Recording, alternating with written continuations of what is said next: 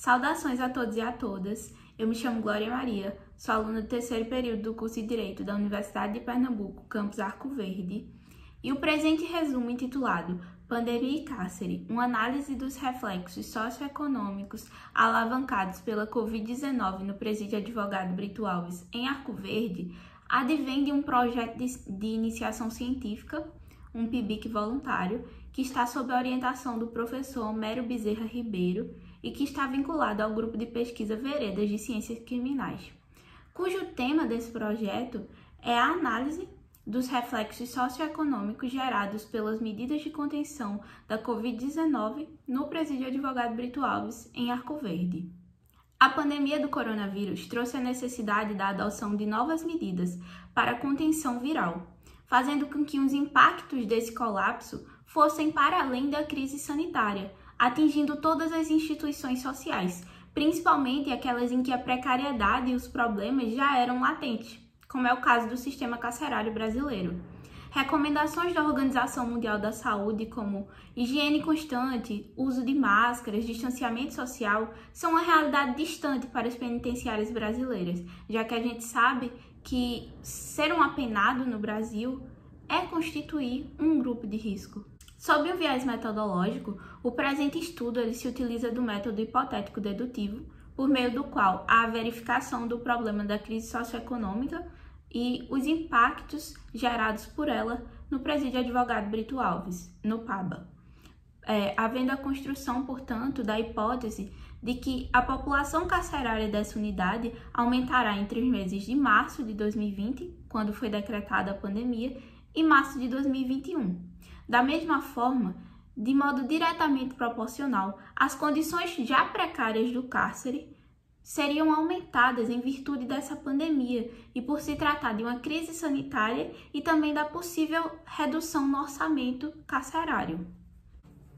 Quanto à abordagem, foi utilizada a abordagem quali-quantitativa. E no que se refere à análise e experimentação da hipótese, foi utilizada a investigação bibliográfica e a investigação documental. A investigação bibliográfica ela permite um maior embasamento teórico para as discussões realizadas ao longo da pesquisa, junto à criminologia crítica latino-americana. Já a investigação documental ela é praticamente a matéria-prima desse projeto, já que ela permite um olhar analítico e crítico acerca de dados cedidos pela Secretaria de Defesa Social e pela Secretaria de Justiça e Direitos Humanos,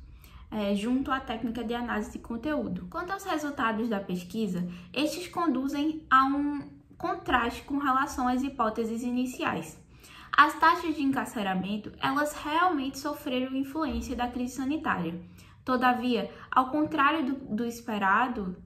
de que os crimes patrimoniais eles ascenderiam nesse período pandêmico em razão de se tratar de um momento de crise socioeconômica, não ocorreu, já que o número foi menor do que os anos anteriores. As taxas de encarceramento, elas também sofreram oscilações de acordo com o período vivido na pandemia. Por exemplo, o mês de março de 2020, no qual foi decretada a pandemia, e o mês de julho de 2020, no qual o Brasil teve o maior número de casos de Covid-19 a nível mundial, foram os meses de maior entrada no PABA. Nesse período demarcado na pesquisa, entre março de 2020 e março de 2021, foram realizadas 718 entradas no PABA, de modo que os crimes que mais ascenderam, os crimes que foram responsáveis pelo maior número de prisões, foram de modo decrescente homicídio, roubo, drogas, violência doméstica e furto. Consoante a isso, a vivência dos apenados nesse período, apesar da previsão formal de algumas medidas a serem adotadas, inclusive por portarias do Estado, a realidade do PABA ela se difere justamente por essa questão orçamentária, já que em um período de crise sanitária, a unidade apresenta apenas 2 técnicas de enfermagem, uma farmacêutica e uma enfermeira.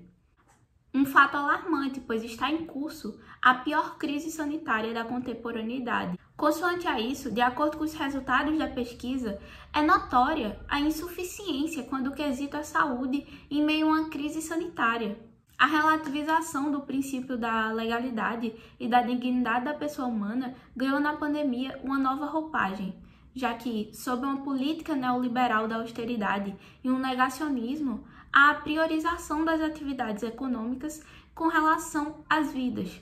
ou seja, há essa sobreposição, principalmente para aqueles que já são marginalizados e são considerados como a parcela ruim da sociedade, caso dos apenados, evidenciando a ideia de Zaffaroni de que, na América Latina, as prisões elas funcionam como uma instituição de sequestro, responsáveis por neutralizar e, se possível, exterminar esses indesejáveis. Aqui eu encerro a minha fala, agradeço a todas e todos que permaneceram até aqui e caso haja qualquer dúvida acerca do meu projeto, acerca do meu resumo, eu vou deixar meu e-mail a seguir para que elas possam ser sanadas.